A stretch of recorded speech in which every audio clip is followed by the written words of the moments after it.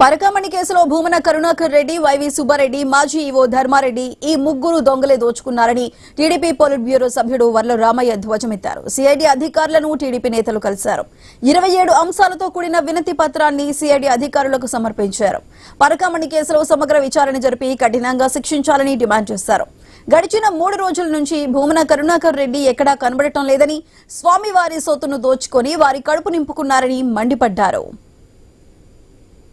Sir ఇప్పుడు లాయర్లను ఎక్కడెక్కడో లాయర్లను పిలుచుకొని మాట్లాడుతున్నారు సార్. తిరుపతి అంతా మొన్నటి వరకు నా ఇష్టారాజ్యం అనుకున్న పెద్దలందరూ కూడా సుప్రీంకోర్టు లాయర్స్ తో మాట్లాడుతున్నారు సార్. మీరు ఎప్పుడైతే ఈ పరకామణి ఇక్కడ క్యాంప్ చేశారో వాళ్ళు సుప్రీంకోర్టు లాయర్లతో మాట్లాడుతున్నారు సార్.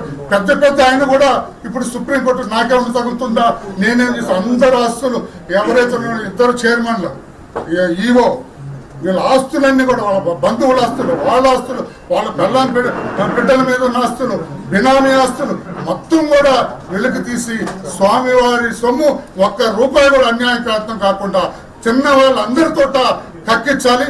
మరలా సొమ్ము స్వామివారికి చేరేటట్లుగా చూడ. 3 రోజుల నుంచి భూమన కరుణాకర్ రెడ్డి బయటకు రావడానికి భయపడుతున్నాడు. సుప్రీంకోర్టు న్యాయవాదుల్ని పిలిపించి సంప్రదింపులు చేస్తున్నాడు. తప్పకుండా నా పీకలకు చుట్టుకుంటుంది అని భూమన కరుణాకర్ రెడ్డి కంగారు పడుతుంటే, వైజాగ్ లో 2 రోజులు, ఒంగోలులో 2 రోజులు వైవి సుబ్బారెడ్డి ఆయన ఇంకా కంగారు పడుతున్నాడు. ఎందుకంటే ఈ దొంగతనం ఆయన హయాంలోనే జరిగింది.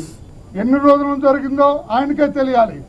ఎంతకాలం నుంచి కొట్టేస్తున్నాడు, ఎవరి వాటా ఎంతెంత అవన్నీ తెలిసింది వైవి సుబ్బారెడ్డికి. వీళ్ళిద్దరితో పాటు 3వ వ్యక్తి ఈవో ధర్మారెడ్డి, అతనికి తెలియకుండా ఇక్కడ ఏది పిట్ట కూడా కూతయ్యేది అక్కడ.